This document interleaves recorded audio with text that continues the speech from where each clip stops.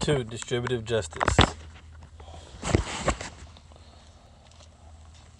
Another philosophical approach to property law emphasizes property law's ability to achieve distributive justice rather than pleasure or satisfaction.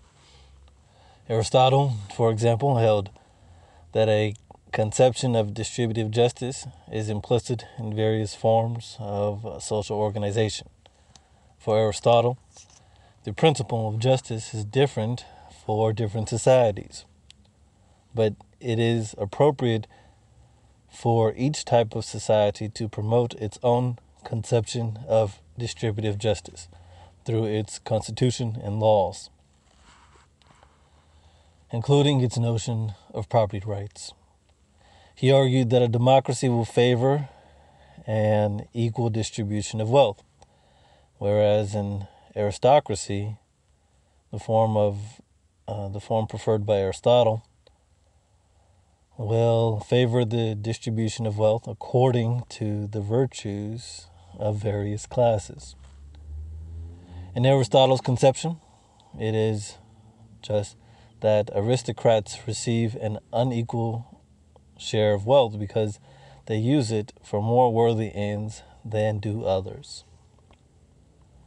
From the Aristotelian conception of democratic equality, we might infer a policy of redistributive justice, whereby the valuable assets of society are periodically redistributed so as to achieve a roughly equal distribution of that property.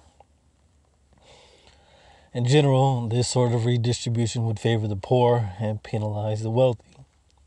On the other hand, from the Aristotelian justification of aristocratic inequality, we might infer the polar opposite policy of redistributive justice, whereby the assets of society would be periodically redistributed to the aristocrats.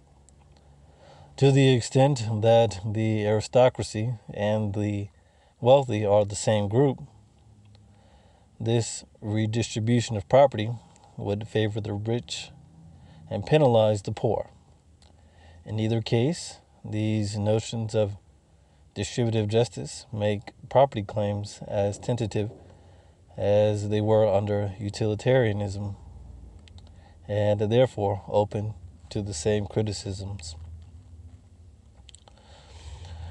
There is another school of philosophical thought relating to distributive justice and property that emphasizes a just process for defining and enforcing property rights rather than a just outcome or end result in the distribution of wealth from property.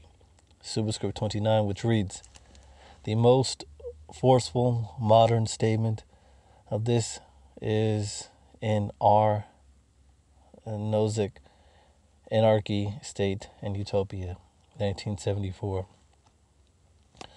According to one version of this theory, any distribution of wealth is just provided that it starts from a just initial distribution of resources and achieves the final distribution by voluntary exchange. In practice, this means that the process of voluntary market exchange is just that ownership claims are mostly just established and enforced in an unfettered market in which there is free and perfect competition. In Nozick's memorable rephrasing of Marx, from each as he chooses to each as he is chosen. Whatever distribution of wealth results from this just process is also just.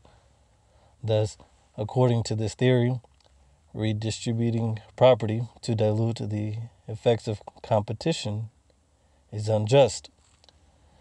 Several criticisms have been made of this notion of distributive justice.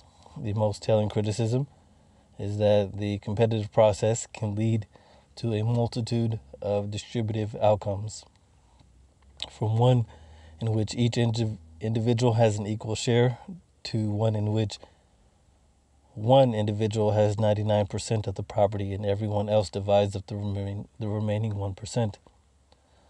All of the outcomes are efficient, but clearly not all of them are equitable or just.